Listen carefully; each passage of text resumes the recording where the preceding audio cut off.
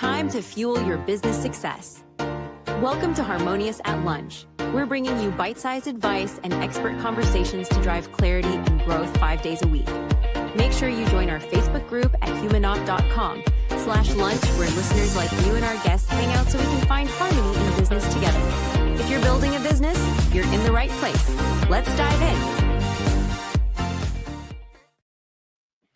How do you set goals in your business and actually achieve them? I have no idea. I'm not very good at that. But our guest is, and we're going to find out today. We're going to break it down. And no, I asked him ahead of time. It is not the SMART goal framework. We're going to actually reach your goals. Tanner Haas, welcome to the show. Thank you for being here. Thank you so much for having me on, Brandon. There we go. We ticked the box right off the way. We made fun of SMART goals already. If you're mission accomplished. Yeah, I apologize. Don't take it out on our guests. This is all me. I'm not a fan of that framework. Anyway, Tanner, how to set goals and actually achieve them. It seems like that's a topic that's been covered before, but you have a unique framework. Why do you hate all the other systems, and why did you come up with your own? Let's start there. I mean, I think most of it is just fluff. Like people, if you write down anything, you're going to accomplish it. Nonsense. I don't know if cursing is allowed on your show, so I'll just say nonsense, but there's more appropriate words I could have used there. Nonsense is not a curse word, for those of you wondering. Well, yeah, of course. So when I was 18, I started my first nutrition company, and I wrote my first book at the same age, and it was called The Art of the Goal, because ever since, I've been very goal-oriented, very focused since early teenage years. So I wanted to really just everything I've learned, put it into a book. I wanted to call my shots, and my next book was called How to Achieve and Receive Anything You Want. And so I wrote that book when I was 19. Since then, I have founded 4 companies, sold 2 of them. I'm now on my 4th, and I certainly hope that this one also results in a successful exit. It's called Freedom Chat. It's the world's most private messaging app. But today we're going to actually break down how people can set goals, how can they actually accomplish them. And it is not the SMART goal framework where you get your little notebook, you write it down, and at the end of the year, you're going to be, wow, I accomplished my goals. That's not how it actually works. Most goals aren't accomplished. And the reason is because people set too many. They're not specific, which is there we go. We're starting the acronym already. That is important, but it also is, you set too many. You set ones that everybody just starts to set things on their high, meaning like, hey, I feel good. I want to do that. Well, that's not a goal. Like the most important thing in business, they've asked Bill Gates this, they've asked Warren Buffett this, the most important thing, what do you attribute to your success? And the one thing they say is focus. So you want to set goals and accomplish every single one. Well, first and foremost, Warren Buffett also says this as well, is write down 25 things, then erase 22 of them. Those are the 3 things you need to focus on. So that the first thing is it's just focus. Like what do you actually, because you can't do everything. And that's in your business. Like what do you need to prioritize first and foremost? And then you can do the same in a relationship. You can do the same thing in your career development. Get rid of all the extracurricular stuff, because you'd be amazed how much you actually don't need to do, don't need to learn, don't need to try to accomplish. So that is the first thing. And I can keep it rolling here. Or do you want to chime in, Brandon? Well, I'm curious on the focus piece. Mm-hmm. I also see that, and I don't know if this is part of the rest of your framework, but I'm going to ask it here. Focus is one thing, but also I'll call it vagueness, and not to hint at specificity, but if people are like in business, I see a lot of lazy goals. I want to hit 5 million in revenue. Yeah. That's that could be a realistic goal for you. That's so vague. Mm-hmm. To me, that's an ineffective goal. It's an ineffective target. Like I would rather you pick out, okay, what's the number of units you need to sell, customers you need to have, something you need to do that results in that metric. Mm-hmm. And that's your goal, not the byproduct of the metric. Is that a piece of the focus? Like when you say focus and you build this list and then eliminate most of it, mm-hmm. Is it also about the quality of the list? 1,000%. So how I broke it down was the who, what, when, where, why, but all encompassing that is focus. So when people say, I want to have $5 million in revenue by the end of the year. Okay, do you know how much that results in per day, per week? Do you know how many clients you need to call? What's the average cost of your product? Like, if you break it down like that, and this is what I've done. I did this year for Freedom Chat. I mean, I had 5 things, and I said, we're going to raise X amount of dollars, and you break it down literally. Okay, well, that's 100,000 a week. That adds up to this. That's 50 phone calls. If I make 50 phone calls, and let's say I have a 10% conversion rate. Okay, that's how. So there is some wisdom in setting specific goals, but specific does not mean I'm going to make $5 million in revenue by this date. Like, that's not specific. If you because you could argue that is specific, right? But that's what we're both saying is it's not. Like, no, just it's because so you pick any ambiguous. number It doesn't make it. just putting a number does not make it specific. Putting a date you want to accomplish that does not make it specific. Saying I achieve this does not make it specific. What you actually need to do is put some thought into it, because this is not wishful thinking. You want to accomplish goals. Well, it needs to be specific, but it needs to actually be, like, break it down. So if you want to, let's say, you want to make $10,000 a month, whatever. That's not a lot, but break it down. Okay, well, $2,500 a week. My average product is $30 a product. Well, okay, how many do you actually need to sell? Well, 600. We'll break that down by, like, actually break it down. And when you break it down, not that difficult. And that's how most people, they get caught up and I'm going to do this, and they write it down, and it's in the present tense, and I'm inspiring myself and I'm going to do it. Well, no, you're not. You also have 82 other things you're trying to do.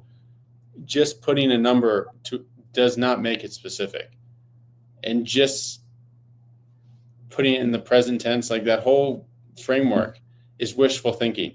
And that's not how stuff gets done in the real world. That's not how stuff gets done in business.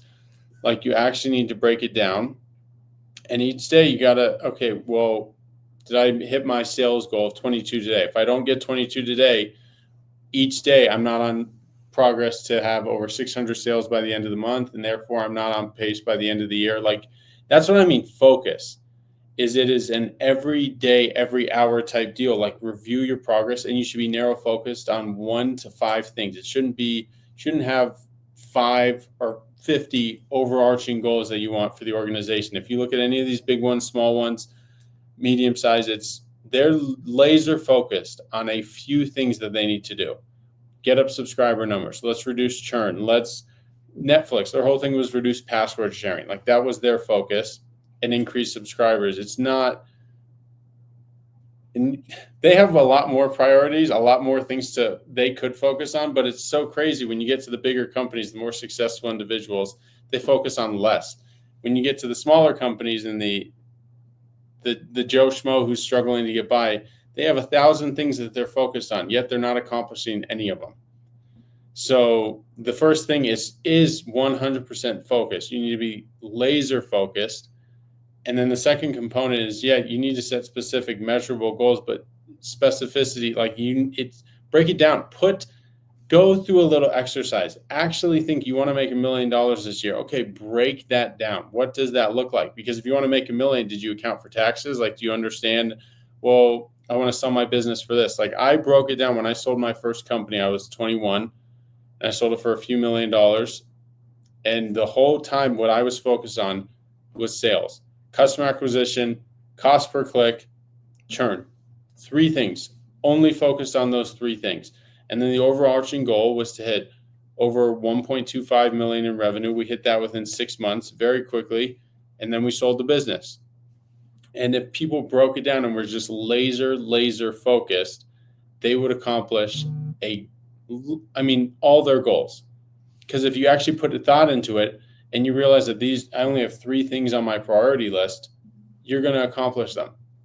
It's when you have 30 things, you're like, I didn't really want that. I don't really care if I have a 6-pack. Like, okay, if you actually break it down, what do I need to do come hell or high water? This is what I'm going to do.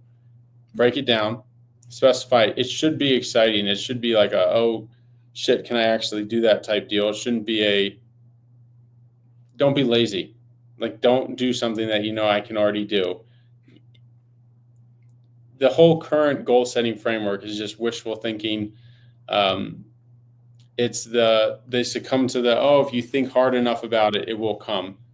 That's not true. So I could just keep going on a tangent. I'll let you. I love this so much. So you're saying if I just chant my affirmations in the morning, I'm not going to be a millionaire? Tanner, how dare you say that? Unfortunately not. I know a lot of people on YouTube, and they want to say that, and they want you to pay for their course. Well, they teach you how to manifest. I'm sorry. And if you're somebody that's paid for that course, then I wish you well. Best of luck. You're probably not listening to this podcast, so probably not listening. Yeah, we're good. They're not here. Trust me. I derailed you though with that question. Focus is obviously super important. What else is involved with your system to make sure that we have our focus? How do we actually go execute and achieve this goal? Mm-hmm. Well, the other one is break it down. So there's a book called The Checklist Manifesto, and it was recommended by, a number of top CEOs. And I do this in my personal life. I write down every single thing I want to do for that day. Like every single thing. Jamie Dimon does this. He has a little CEO of Chase. He has a little notebook. He writes down everything. So that's you can't just set a goal. You can't just review it break down your task every single day, every single hour. That's how you stay on track. That is what you do. So for me, I literally write, okay, I'm going to read the Wall Street Journal today, go to the gym for 60 minutes.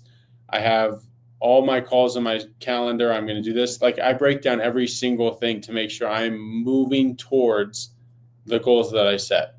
So overall, it's the who, what, when, where, why. All encompassing is focus. You shouldn't have too many things. So let's break it down. The next part, write down what you do each day. I actually have a checklist. It's not just a goal. I want to do this today. No, what are you going to do today? And the day does not end for you until that checklist is done.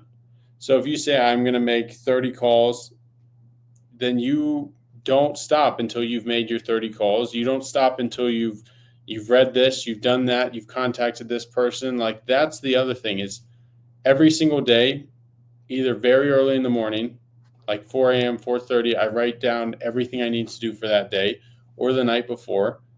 And I don't just people would be so much more laser focused if they actually had a checklist and they don't have to think, well, what else did I have to do today? Oh yeah, I forgot about that. And then let's hack into, there also is another benefit to this. Studies show that every time you actually check off something from your to-do list, and I know I do this and I feel great after doing it, you get a little hit of dopamine each time you do it. So if you want to stay motivated and you want to avoid procrastination, write down your to-do list for the day, but don't just have it be vague. You're going to do this, you're going to do this, write it down specifically, attack that list with an unrelenting drive.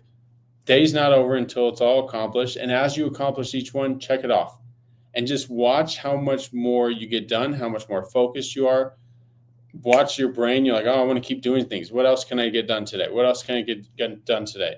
And all of a sudden at 8 p.m. at night, you're going to look back and be like, I got so much done today compared to what I did last week. And it's because you actually knew what you needed to do and you attacked it with, when people with their schedule, you want to look at the people that have destructive behavior, unproductive behavior. It's usually because they're not that busy. You want, even if you want to read for an hour, put that down and cross it off once you do it. Go through an actual checklist, get everything done. There's been research that this benefits the medical field. Doctors, when they're performing surgery, they have a checklist. CEOs, investors, anything. Make a framework, abide by that framework, and attack it with an unrelenting, unwavering focus. I love it. I want to talk to you about reviewing that checklist or your progress too, because don't get me wrong, I'm a huge fan of checklists, but I've also seen this firsthand with clients where they make the checklist and they just do the checklist. We'll use your 30 calls. I made 30 calls. I made 30 calls every day this week, this month, this year. I didn't get the results. Well, did you review how the calls went and tweak? Am I talking to the right person? Am I saying the right thing? Is my offer correct? Whatever it is, instead of just going through the motions, constantly evaluating and updating the how you do that thing, that task, that item. So how do you incorporate that to make sure that not only are you focused when you create the list, but you're focused in the execution of the list?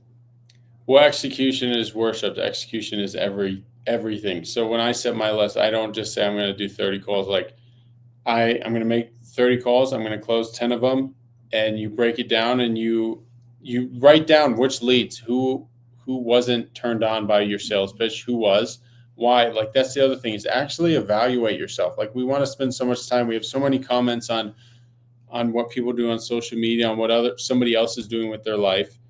But there's a lot of wisdom in don't throw bricks from a glass house. Like don't criticize others if you don't have your own shit together, and for lack of a better word. So when you set your list, one, it shouldn't be lazy. It should be so much so you're like, I can't possibly get that done in a day. Well, go attack it. Watch what you can do. Like earn your night of sleep at night, in all honesty. And ever since I've been 18, it's been 16, 18-hour days. And in less than 8 years, I've sold 2 companies, started 4. And all of I'm relentlessly focused on my goals. I'm relentlessly focused on what I have to do each day, each week, each month. So when you write down something, nobody cares about your activity. Nobody cares. They don't care how hard you work. They care, what did you get done? What did you actually do? So you need to bake your list. You need to bake your goals. And I did this today, and this is the result. And if you call 10 people and none of them close, well, yeah, tweak your pitch. And then tomorrow it's going to be, I'm going to follow up with those people. I'm going to follow up again.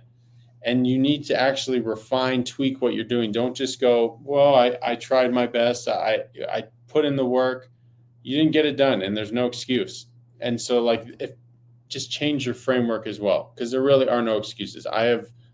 There's a company I worked my butt off. It was shut down for regulatory reasons. Nobody cared. Nobody cares.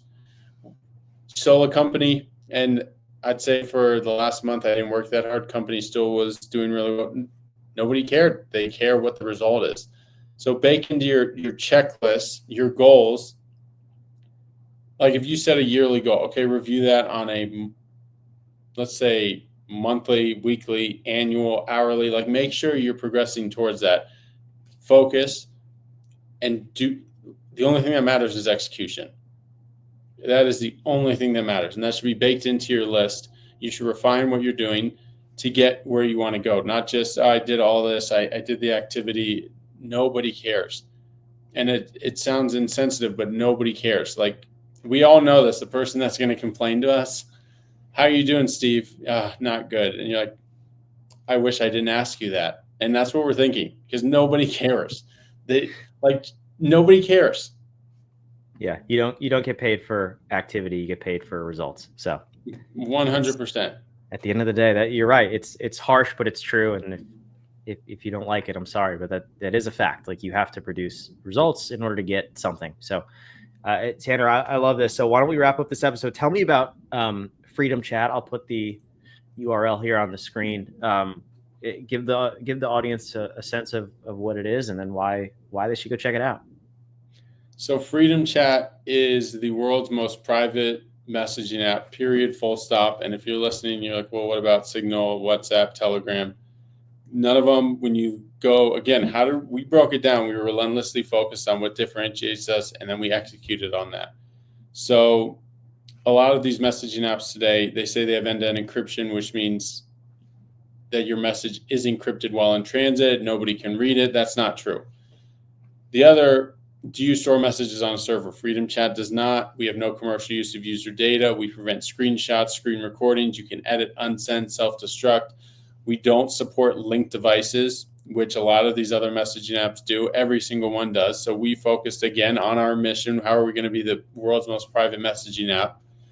We don't support linked devices, so somebody with one phone number can not go log in on 3 different devices. It's not as convenient, but it's more private, and we stand by that. And I mean, we've been talked about by some very high-profile individuals, and we're going to be kicking off our marketing later this week, and it's full speed ahead. But the goal for Freedom Chat is allow businesses, individuals, friends, family, associates to communicate in complete privacy, and we make it easy to do. And if you have an iPhone, have a Android, go download Freedom Chat, send 10 messages. You will never want to use another messaging app ever again. I promise you that. And you just go to freedomchat.com, download the app, and start speaking freely and messaging privately today. I love it. Go do it. The gauntlet is there. Go do it. Download it. Send 10 messages. And then put it in the comments if you liked it or not. And if you don't, let me know why. And well, I won't get my feelings hurt. We're going to make it as perfect as possible, but I think everybody will be thoroughly impressed. I love it. Tanner, thanks so much for being here. Of course. Thank you so much for having me on. Wherever you're watching, listening, again, the gauntlet has been thrown down. It's on the screen. It's in the show notes down below, freedomchat.com. Go check it out. I hope you enjoyed this episode. And then go set some goals that you're actually going to achieve. Go execute. If nothing else, if you got nothing else from this episode, go do something productive towards your goals and throw away your SMART goals, please. We'll see you on tomorrow's episode of Harmonious at Lunch. Thanks for being here. Another episode of Harmonious at Lunch in the books. I hope this episode made you think and you grabbed some actionable ideas to propel your business. Don't forget to like, comment your takeaways, and subscribe wherever you're listening so we can help more entrepreneurs just like you achieve harmony in their life and business. For cutting edge